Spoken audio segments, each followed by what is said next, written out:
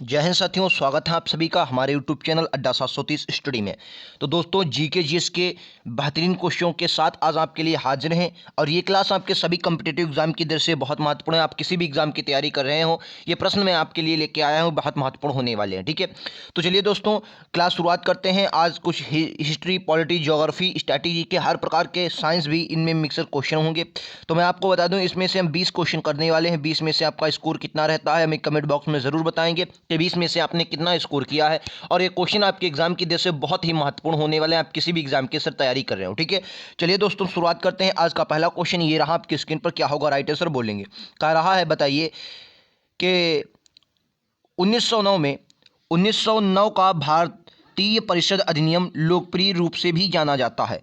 संसद अधिनियम के रूप में, मॉन्टेग्यू सुधार के रूप में, मार्ले मिंटो सुधार के रूप में, इनमें से कोई नहीं। ये क्वेश्चन आपके एग्जाम में सर कई बार आया है। 1909 का ये जो भारतीय परिषद अधिनियम आया था, एक 1909 का आपको पढ़ लेना है, एक आपको 1919 वाला पढ़ लेना है जो काफ़ी इंपॉर्टेंट है, कई बार आपके एग्जाम में आता है, और एक आपका 1935 वाला। इनके बारे में आपको ज़रूर जानकारी लेनी चाहिए, ये आपके एग्जाम की दृष्टि से बहुत महत्वपूर्ण होते हैं। ठीक है, चलिए मैं फिलहाल इस क्वेश्चन की राइट आंसर क्या हो जाएगा सर, इसका राइट आंसर विकल्प उत्तर सी होगा। जी हाँ, सी, मार्ले मिंटो सुधार भी से कहा, मिंटो मार्ले सुधार भी कहा जाता है 1919 के भारत शासन अधिनियम को। ये बात आपको याद रखनी है। ठीक है, चलिए नेक्स्ट क्वेश्चन पर चलते हैं। ये रहा कि स्क्रीन पर क्वेश्चन नंबर 2। कह रहा, साइंस का एक बेहतरीन क्वेश्चन आपकी स्क्रीन पर है। चाय और कॉफ़ी के ज़्यादा सेवन से इनमें से किसकी कमी हो जाती है? Sir, vitamin B12, vitamin calcium की, या विटामिन सी की, या एल्बुमिनियम की? बताइए, चाय और कॉफ़ी के ज़्यादा सेवन से इनमें से किसकी कमी हो जाती है? देखिए, कई बार आपके एग्जाम में क्वेश्चन पूछा गया कि कोबाल्ट किस विटामिन को कहते हैं, तो B12 को कोबाल्ट भी कहा जाता है। ये भी बात आपको याद नहीं, क्या कहा जाता है सर? कोबाल्ट भी कहा जाता है, याद रखेंगे। बेहतरीन क्वेश्चन ये भी है, तो आपको याद रखना सर, कैल्शियम की कमी हो जाती है। किसकी? कैल्शियम की कमी हो जाती है। विकल्प उत्तर बी बिल्कुल सही आपका होगा, तो दूसरे का राइट आंसर विकल्प उत्तर बी है। चलिए नेक्स्ट क्वेश्चन पर चलते हैं। ये रहा आपकी स्क्रीन पर क्वेश्चन नंबर 3 आपके लिए। कह रहा है, मधुमेह से पीड़ित व्यक्ति बार बार पानी रक्त में से किसे कम करने के लिए पीता है? बताइए, कह रहा है जो मधुमेह से पीड़ित व्यक्ति होता है वो बार बार जो पानी है वो रक्त में से किसे कम करने के लिए पीता है? जो पानी बार बार पीता है वो रक्त में क्या कम हो जाए इसलिए पीता है? सर, ग्लूकोज, इंसुलिन, या ग्लाइकोजन, या लवण? क्या होगा राइट आंसर? क्वेश्चन नंबर 3 आपकी स्क्रीन पर। तो बहुत ही बेहतरीन ये भी क्वेश्चन है, तो आपको याद रखना सर, इसका right answer option number A होगा, ग्लूकोज के लिए। ठीक है, ग्लूकोज के लिए। आप ग्रुप डी की तैयारी कर रहे हो, आप NTPC CVT 2 की तैयारी कर रहे हो, आपको कहीं भी लेखपाल, पटवार, या आपने दरोगा की कहीं भी किसी भी स्टेट के लिए तैयारी कर रहे हो, ये क्वेश्चन आपके लिए बहुत ही महत्वपूर्ण होने वाले हैं। आप कहीं से भी इस वीडियो को देख रहे हो। ठीक है, चलिए दोस्तों शुरुआत करते हैं आज के पहले चौथे क्वेश्चन की। क्या कर रहा है चौथा क्वेश्चन, जो हमने थंबनेल पर भी दिखाया है। कह रहा, कांचीपुरम में प्रसिद्ध कैलाशनाथ मंदिर का निर्माण किसने करवाया था? सर, कांचीपुरम ने, महेंद्र वर्मन सेकंड ने, या नंदी वर्मन द्वितीय ने? इनमें से कोई नहीं। क्या होगा राइट आंसर क्वेश्चन नंबर 4 का? तो देखिए, इसका राइट आंसर आपको याद रखना है सर, इसका right answer Mahendra Varman second होगा। ठीक है, महेंद्र वर्मन सेकंड ने क्या किया था सर? कैलाशनाथ मंदिर का निर्माण करवाया था, जो कांची में स्थित है। ठीक है, कांची में स्थित है। चलिए आइए इसके बारे में आपको बहुत ही और विस्तार से जानकारी दे दें। और आपको एक बात याद रखना है, एक एलोरा की गुफाओं में, जी किसमें? एलोरा की गुफाओं में एक मंदिर है जिसे एलोरा, इसे भी क्या कहा जाता है सर? कैलाश मंदिर कहा जाता है। इसे भी क्या कहा जाता है सर? कैलाश मंदिर कहा जाता है। ये भी बात आपको याद नहीं। कौन सा मंदिर सर? कैलाश मंदिर कहा जाता है। और ये किसने बनवाया था? ये आपको याद है, ये राष्ट्रकूट शासकों ने बनवाया था। ये बात भी आपको याद रखनी है, कई बार आपके एग्जाम में पूछी गई। ठीक है, चलिए अब इसके बारे में आप देख लिए काशीपुरम के मंदिर के बारे में। तो आपको याद रखना है सर, कैलाशनाथ मंदिर जो है ये तमिलनाडु के, कहां पर? तमिलनाडु के कांचीपुरम शहर में स्थित है। कैलाशनाथ मंदिर जो 685 ईस्वी से 705 ईस्वी के दौरान बनाया गया था। पल्लव शासक कौन थे? पल्लव जो शासक थे उनका नाम क्या था सर? राजसिम्हा ने मंदिर का निर्माण शुरू किया था। किसने? राजसिम्हा ने। लेकिन यह उनके बेटे महेंद्र वर्मा ने क्या किया था? इसको पूरा करवाया था। ये बात आपको याद, इसको पूरा किसने करवाया था? तो महेंद्र वर्मा ने इसे पूरा करवाया था, अभी हम देख चुके हैं। ठीक है, तो शुरुआत किसने की थी? राजसिम्हा ने। याद रखना है कहाँ है? कांचीपुरम शहर में, तमिलनाडु के। ठीक है, याद रखेंगे, बेहतरीन क्वेश्चन है। चलिए नेक्स्ट क्वेश्चन है आपकी स्क्रीन पर, क्वेश्चन नंबर 5 बिल्कुल सही आंसर है। बताइए क्या होगा राइट आंसर? करा, खाद्य प्रोटीन के 2 सबसे अच्छे स्रोत क्या हैं? बताइए, जो खाद्य प्रोटीन होती है इसके सबसे अच्छे स्रोत क्या हैं? ज्ञात बताइए। करा, मांस और अंडा है, कुछ शैवाल और अन्य सूक्ष्म जीव है। दूसरा कह रहा है, तीसरा कह रहा है सोयाबीन और मूंगफली। चौथा दूध और पत्तेदार सब्जियां। क्या होगा राइट आंसर? क्वेश्चन नंबर 5 आपकी स्क्रीन पर। तो आपको याद रखना है सर इसका राइट आंसर विकल्प उत्तर क्या होगा, तो आपको याद है, जी हाँ, सी इसका बिल्कुल करेक्ट आंसर है, सोयाबीन। सोयाबीन और मूंगफली में आपको याद रखना है, और कई बार आपको सिर्फ सोयाबीन पूछ लेगा कि सबसे ज़्यादा प्रोटीन किसमें, तो क्या बताएंगे सर, सोयाबीन में। और अगर दो पूछ ले तो सोयाबीन और मूंगफली, विकल्प उत्तर सी इसका बिल्कुल करेक्ट आंसर होगा। चलिए नेक्स्ट क्वेश्चन पर चलते हैं। क्वेश्चन नंबर 6 आपकी स्क्रीन पर ये रहा, बताइए कि राहत वर्ष 2020-21 के लिए 2020-21 के लिए नए फिक्की के अध्यक्ष के रूप में किसे नामित किया गया था। हालांकि 2022 चल रहा है, लेकिन आपके करंट में 2022-21 के तो क्वेश्चन पूछ ही लेगा, क्योंकि आपने अभी तक जीडी का, एसएससी जीडी का एग्जाम देखा होगा सर। 2021 में एग्जाम होता है, और उसमें जो क्वेश्चन आए थे वो 2019 के आए थे। कब के, 2019 की करंट अफेयर दबा के आई थी। तो आपको याद रखना है, आपको 20 की तो पढ़ना ही पढ़ना है जब आप 2022 में एग्जाम दे रहे हैं, तो 20 की नहीं तो 21 को तो पढ़ना ही पढ़ना है, ठीक है। तो बताइए क्वेश्चन नंबर 6 का क्या होगा, नए फिक्की के अध्यक्ष के रूप में कौन है, सुभाष चंद्र के माधवन, शशि एस वेम्पता या उदय शंकर, क्या होगा राइट आंसर। क्वेश्चन नंबर 6 आपकी स्क्रीन पर, तो आपको याद रखना है, जी हाँ बिल्कुल, ऑप्शन नंबर डी वाले सभी आंसर सही दे रहे हैं। उदय शंकर इसका बिल्कुल करेक्ट आंसर है। क्या है सर, उदय शंकर इसका बिल्कुल करेक्ट आंसर है, फिक्की के नए अध्यक्ष के रूप में नामित हुए हैं। चलिए नेक्स्ट क्वेश्चन, क्वेश्चन नंबर 7 आपकी स्क्रीन पर ये रहा, बताइए क्या होगा राइट आंसर। क्या रहा है कि किस राज्य ने संपूर्ण जनसंख्या को कवर करने के लिए अपनी स्वास्थ्य साथी योजना का विस्तार करने का निर्णय लिया। स्वास्थ्य साथी योजना का विस्तार करने का निर्णय लिया है, पश्चिम बंगाल, उड़ीसा, झारखंड या यूपी, उत्तर प्रदेश, क्या होगा राइट आंसर। क्वेश्चन नंबर 7 आपकी स्क्रीन पर। तो दोस्तों अभी तक मैंने एक भी बार नहीं कहा है कि आपको अगर वीडियो पसंद आए तो वीडियो को सब्सक्राइब, चैनल को जरूर कर लें। वीडियो पसंद आने के बाद पूरा देखें, उसके बाद लाइक जरूर कर दें। और अगर आपको वीडियो पसंद आ रहा हो तो अपने दोस्तों में, अपने यारों में, अगर आपको एक भी क्वेश्चन अच्छा लगा हो तो उसी के क्वेश्चन के लिए आप अपने दोस्तों में शेयर कर दें, और उसी के लिए लाइक जरूर कर दें। हमारे चैनल पर नए हैं तो चैनल को सब्सक्राइब कर लेंगे, ठीक है। आपको याद रखना, ये किसने सर, ये पश्चिम बंगाल ने चलाई है। किसने, पश्चिम बंगाल ने चलाई है, याद रखेंगे। अपनी स्वास्थ्य साथी योजना का विस्तार किसने किया है सर, पश्चिम बंगाल ने किया है। क्वेश्चन नंबर 7 का राइट आंसर आपका ए हो जाएगा, ठीक है, याद रखेंगे। चलिए नेक्स्ट क्वेश्चन आपकी स्क्रीन पर ये रहा, क्या होगा राइट आंसर बोलेंगे। चलिए क्वेश्चन नंबर 8 आपकी स्क्रीन पर ये रहा, कह रहा उबर कप और थॉमस कप किससे जुड़े हुए हैं। कह रहा उबर कप और थॉमस कप किससे जुड़े हुए हैं, बताएंगे राइट आंसर क्या होगा। उबर कप और थॉमस कप सर शतरंज से, क्रिकेट से, बैडमिंटन से, या बी और सी दोनों, क्या होगा राइट आंसर। क्वेश्चन नंबर 8 आपकी स्क्रीन पर, बहुत ही बेहतरीन क्वेश्चन है। शायद फिलहाल आपको ये क्वेश्चन पता होगा, लेकिन एक बात है, ये आपके क्वेश्चन एक एग्जाम में रिपीटेड क्वेश्चन है, तो आपको याद है सर बैडमिंटन से, किससे, बैडमिंटन से संबंधित है, विकल्प उत्तर ए होगा, ठीक है। चलिए नेक्स्ट क्वेश्चन पर चलते हैं। क्वेश्चन नंबर 9 आपकी स्क्रीन पर ये रहा, क्या होगा राइट आंसर बोलेंगे, जो थंबनेल में था, और मुझे ये सबसे, जितना भी पीडीएफ मैंने तैयार किया, सबसे बेहतरीन क्वेश्चन लगा। कह रहा संविधान में किस अनुच्छेद में अवशिष्ट शक्तियों को निहित किया गया। बात करें सर अवशिष्ट शक्तियों को, देखिए हमारे संविधान में वैसे तो 3 प्रकार की शक्तियों की चर्चा की गई। पहली शक्ति कौन सी सर, पहली जो शक्तियां हैं, जो 3 प्रकार की शक्तियां, पहले देखिए ये शक्तियां, अवशिष्ट जो शक्तियां होती हैं, आप इन्हें अवशिष्ट सूची भी कर सकते हैं, ठीक है। तो ये बहुत ही इंपॉर्टेंट हो जाती हैं अवशिष्ट शक्तियां। ऐसा होता है जो शक्तियां जो हैं, जो अन्य शक्तियां, 2 शक्तियां पहले राज्य संघ वाली थी, उनसे जो बच गई हैं, मान लिया जो बच गई हैं, उनसे बच गई, उनमें ना रखी गई संविधान में, उनको अवशिष्ट शक्तियों में रख दिया गया, ठीक है, अवशिष्ट शक्तियों में रख दिया गया, ठीक है, ये बात आपको याद रखनी है। अच्छा, अवशिष्ट शक्तियां संविधान के किस अनुच्छेद में, ये क्वेश्चन आपसे पूछा गया। तो अनुच्छेद 126 से, अनुच्छेद 248 का दूसरा, 249, या इनमें से कोई नहीं। तो आपको याद रखना है सर, इसका विकल्प उत्तर क्या होगा, बी होगा। देख के लग रहा होगा 249 का दूसरा इसका बिल्कुल करेक्ट आंसर है। अवशिष्ट शक्तियां जो है इसी में निहित की गई हैं, ये बात आपको याद रहे। क्वेश्चन नंबर 9 आपकी स्क्रीन पर, विकल्प उत्तर सी इसका राइट आंसर हो जाएगा, ठीक है। चलिए नेक्स्ट क्वेश्चन आपकी स्क्रीन पर ये रहा, क्वेश्चन नंबर 10, क्या होगा राइट आंसर बोलेंगे। निम्नलिखित में से कौन सा ग्रह निकाय एंटी ग्रीन हाउस प्रभाव दिखाता है, बताइए। एंटी कौन सा ग्रह है, ग्रह या निकाय एंटी ग्रीन हाउस, कौन सा सर एंटी ग्रीन हाउस प्रभाव दिखाता है सर, मंगल, शुक्र, टाइटन, या बी और सी दोनों, शुक्र और टाइटन दोनों, क्या होगा राइट आंसर। क्वेश्चन नंबर 10 आपकी स्क्रीन पर। तो दोस्तों अगर वीडियो पसंद आ रहा है तो लाइक शेयर सब्सक्राइब करना ना भूलें, और बेल आइकन दबा लेंगे, नोटिफिकेशन आपके पास पहुंच जाया करेगा। तो आपको याद रखना सर 10 का राइट आंसर बिल्कुल टाइटन इसका बिल्कुल करेक्ट आंसर होगा। क्या आंसर होगा, टाइटन इसका बिल्कुल करेक्ट आंसर होने वाला है क्वेश्चन नंबर 10 का। नेक्स्ट क्वेश्चन पर चलते हैं।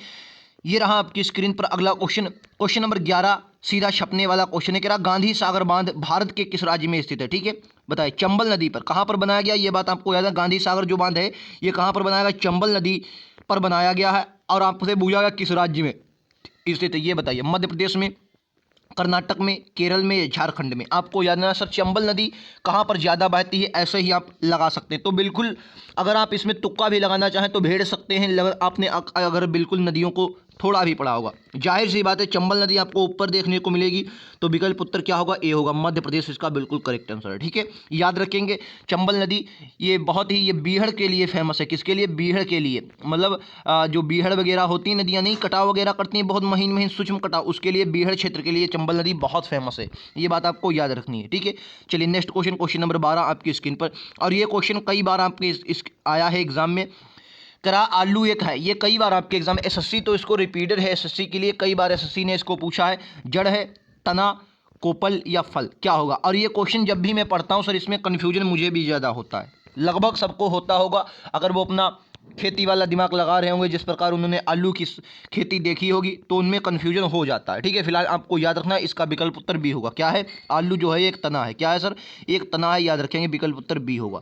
ठीक है, चलिए तो 20 क्वेश्चन अपन लोग इस वीडियो में करने वाले हैं। 20 में से आपका जितना भी स्कोर रहे सर हमें कमेंट बॉक्स में ज़रूर बताएंगे। इस वाले का राइट आंसर देना है। कह रहा मैंग्रोव पौधे ऐसे पौधे हैं जिनके पास रूपांतरित जड़ें होती हैं, रूपांतरित तना होता है, श्वसन जड़ें होती हैं या श्वसन तने होते हैं। विकल्प उत्तर क्या होगा, राइट आंसर क्वेश्चन नंबर 13 के। देखिए मैं आपको बता दूं मैंग्रोव वन क्या होता है। देखो मैंग्रोव वन कुछ इस प्रकार के होते हैं, भारत में सुंदरबन डेल्टा में मैंग्रोव वन पाए जाते हैं। क्या होते हैं मैंग्रोव वन, आइए देखते हैं।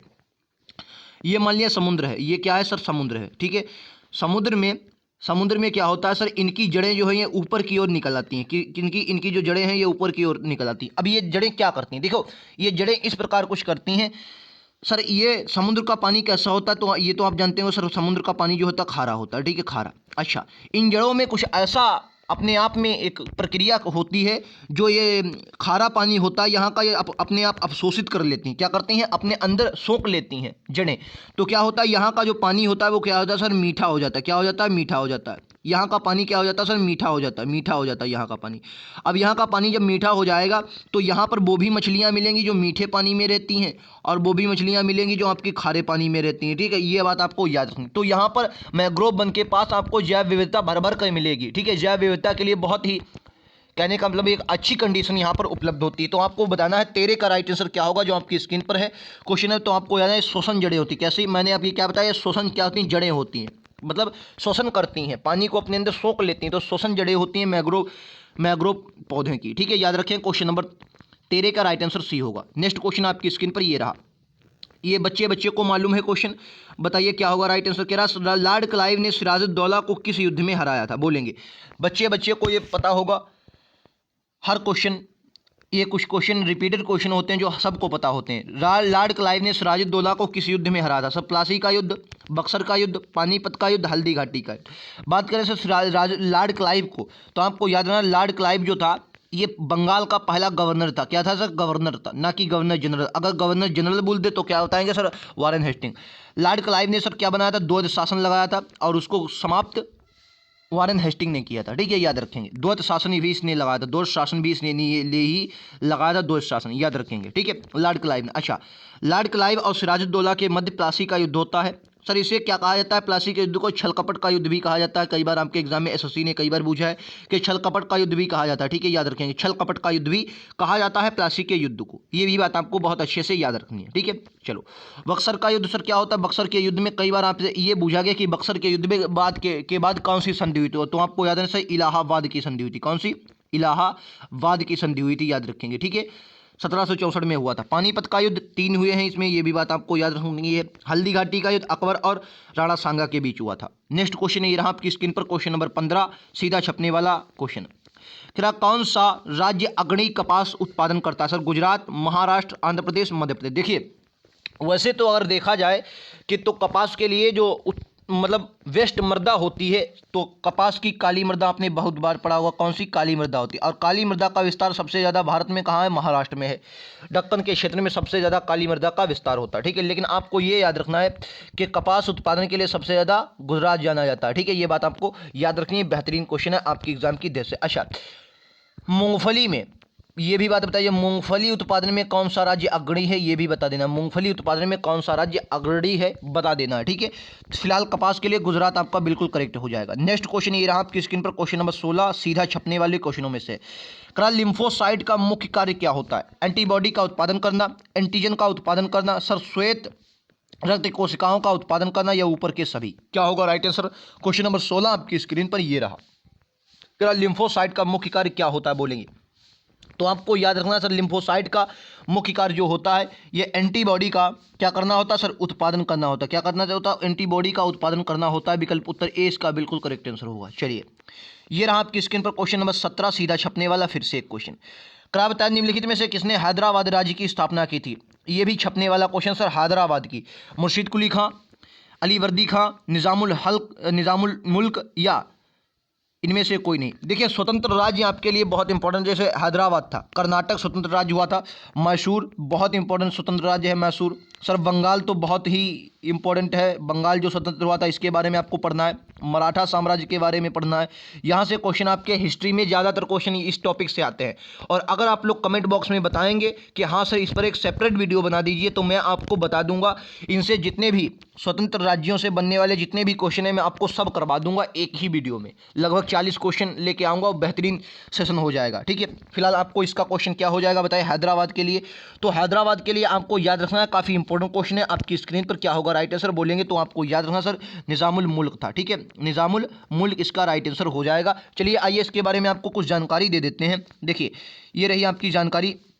देखो सर, निजामुल मुल्क 1724 में हैदराबाद राज्य की स्थापना की थी। किसने, कब की थी, 1724 में। आपको याद है कब, निजामुल मुल्क ने 1724 में हैदराबाद की स्थापना की थी। कब, 1724 में, याद रखेंगे। ठीक है, चलिए। अच्छा, मुगल साम्राज्य की कमजोरी का संपूर्ण लाभ उठाते हुए भारत के विभिन्न हिस्सों में विभिन्न राज्य स्वतंत्र हो गए थे। ये तो बात आप लोग को जानते होंगे, विभिन्न राज्य स्वतंत्र हुए थे। कब, जब, कब, अच्छा एक बात और भी याद रखना है, कब सर, ये सब होते हैं जब 1707 में औरंगजेब की मृत्यु हो गई। तब औरंगजेब की 1707 में मृत्यु होती है। उसके बाद हालांकि मराठा साम्राज्य तो पहले उत्पन्न हो गया था, मतलब उदय हो गया था, लेकिन बाकी के ये जैसे हैदराबाद है, कर्नाटक है, बंगाल वगैरह, ये कब हुए थे, ये उसकी औरंगजेब की मृत्यु के बाद हुए थे, 1707 के बाद। ठीक है, अच्छा, हैदराबाद सर्वप्रथम राज्य बना था। अच्छा, हैदराबाद सबसे पहले राज्य बना था, ये भी बात आपको याद रखनी है। चलिए नेक्स्ट क्वेश्चन, ये रहा आपकी स्क्रीन पर, क्या हो जाएगा राइट आंसर। अगर भारत में अहोम विद्रोह कहां से शुरू हुआ था। अहोम विद्रोह ये कई बार आपके एग्जाम में सीधा आया है, बोलेंगे क्या होगा राइट आंसर। अगर भारत में अहोम विद्रोह कहां से शुरू हुआ था। पंजाब, महाराष्ट्र, पश्चिम बंगाल या असम से। राइट आंसर क्या होगा, क्वेश्चन नंबर 18 आपकी स्क्रीन पर छपने वाले क्वेश्चनों में से एक क्वेश्चन। बोलेंगे क्या अहोम विद्रोह कहां हुआ था, बोलेंगे। तो ये कई बार आपके एग्जाम में आया है सर, अहोम विद्रोह कहां हुआ था, बताइए अहोम विद्रोह कहां हुआ था। तो याद रखना है, क्वेश्चन नंबर 18 आपकी स्क्रीन पर है। तो राइट आंसर क्या होगा क्वेश्चन नंबर 18 का, जी हाँ बिल्कुल सही, विकल्प उत्तर डी। जितने लोग दे रहे हैं असम में। कहाँ अहोम विद्रोह कहाँ हुआ था, असम में हुआ था, याद रखेंगे। चलिए इसके बारे में आपको जानकारी देते हुए चलेंगे। क्या अहोम विद्रोह के बारे में बात करें सर, 1828 ईस्वी में के आसपास। कहाँ सर, 1828 ईस्वी के आसपास असम के क्षेत्र में अहोम विद्रोह हुआ। कौन सा अहोम विद्रोह होता है, असम के क्षेत्र में। इस विद्रोह का नेतृत्व सर गोमधर कुंवर ने किया था। किसने, गोमधर कुंवर ने किया था, यह भी बात आपको याद रखनी है। किसने, गोमधर कुंवर ने किया था। तत्कालीन आधुनिक ढांचे की संरचना को बदलने के ब्रिटिश प्रयास के विरोध में यह विद्रोह हुआ था। ठीक है, जो उन्होंने ढांचा बदला था ब्रिटिश ने, उन्हीं के विद्रोह में यह विद्रोह हुआ था। ये बात आपको, विरोध में यह विद्रोह हुआ था। तो आपको कितनी बातें याद रखी सर, कब हुआ था, ये भी बात आपको याद नहीं की। अहोम विद्रोह सबसे पहले कब हुआ था सर, 1828 में, ये भी बात आपको याद रखनी है। कहाँ से शुरू हुआ था, 1828 में जब शुरू हुआ, और ये कहाँ से शुरू हुआ था, ये भी बात आपको याद रखनी है सर। कहाँ से, असम से शुरू हुआ था। ठीक है, असम से। अच्छा, ये बात, इसका नेतृत्वकर्ता कौन था, तो आपको क्या बताएंगे सर, गोमधर कुंवर। कौन थे, गोमधर, याद रखेंगे, गोमधर कुंवर, याद रखेंगे। गोमधर कुंवर जो थे जो इसके नेतृत्वकर्ता थे, ये भी बात आपको याद रखनी है। चलिए नेक्स्ट क्वेश्चन, छपने वाले क्वेश्चनों में से ये रहा क्वेश्चन नंबर 19। तो 20 क्वेश्चन करने वाले हैं सर, 20 में से आपका स्कोर कितना रहता है कमेंट बॉक्स में बताना ना भूलेंगे। ठीक है, 20 में से आपका कितना स्कोर रहता है। चलो, किस प्राचीन भारतीय चिकित्सक को सर्जरी के जनक के रूप में जाना जाता है सर, चरक, सुश्रुत, नागार्जुन या बागभट्ट। क्या होगा राइट, ये बाण नहीं बागभट्ट है। ठीक है, याद रखेंगे। बोलेंगे क्वेश्चन नंबर 19 आपकी स्क्रीन पर, क्या होगा राइट आंसर। किस प्राचीन भारतीय चिकित्सक को सर्जरी के जनक के रूप में जाना जाता है। क्वेश्चन नंबर 19 आपकी स्क्रीन पर, राइट आंसर क्या होगा, विकल्प उत्तर, जी हाँ सुश्रुत होगा। क्या होगा, सुश्रुत होगा, बोलेंगे, याद रखेंगे। ठीक है, विकल्प उत्तर बी होगा, सुश्रुत इसका बिल्कुल करेक्ट आंसर है। क्वेश्चन नंबर 19 का राइट आंसर विकल्प उत्तर बी होगा, सुश्रुत। चलिए नेक्स्ट क्वेश्चन ये रहा आपकी स्क्रीन पर, आज का अंतिम प्रश्न, क्वेश्चन नंबर 20 कह रहा है, कच्छ प्रायद्वीप पठार के किस भारतीय राज्य में स्थित है। बताए, कच्छ प्रायद्वीप पठार जो है कि भारत के किस राज्य में स्थित है। बच्चे को क्वेश्चन पता है, लट्टू क्वेश्चन है, तो आपको याद रखना कहाँ सर है, ये आपको याद रखना सर कहाँ पर है, गुजरात में है। कहाँ पर है, गुजरात में स्थित है, गुजरात में, याद रखें, कच्छ प्रायद्वीप। ठीक है, तो दोस्तों आपका स्कोर कितना रहता है 20 में से, हमें जरूर कमेंट बॉक्स में बताएंगे। स्कोर आपका कितना रहा 20 में से, कितने सही लगे, प्रश्न कैसे लगे, क्या ये सीरीज आपको लगातार चाहिए, इसके लिए हमें कमेंट बॉक्स में हमारे वीडियो के बारे में 2 शब्द जरूर लिखना है कमेंट बॉक्स में। ठीक है दोस्तों, और हाँ एक और बात, टॉप 30 क्वेश्चनों की एक श्रृंखला है, उसे भी आप देखना ना भूलें, लिंक आपको डिस्क्रिप्शन में दिया गया, वहां पर जाकर चेक करके देख सकते हैं। तो मिलते हैं अगले वीडियोज़ में, आज के लिए इतना ही, थैंक यू।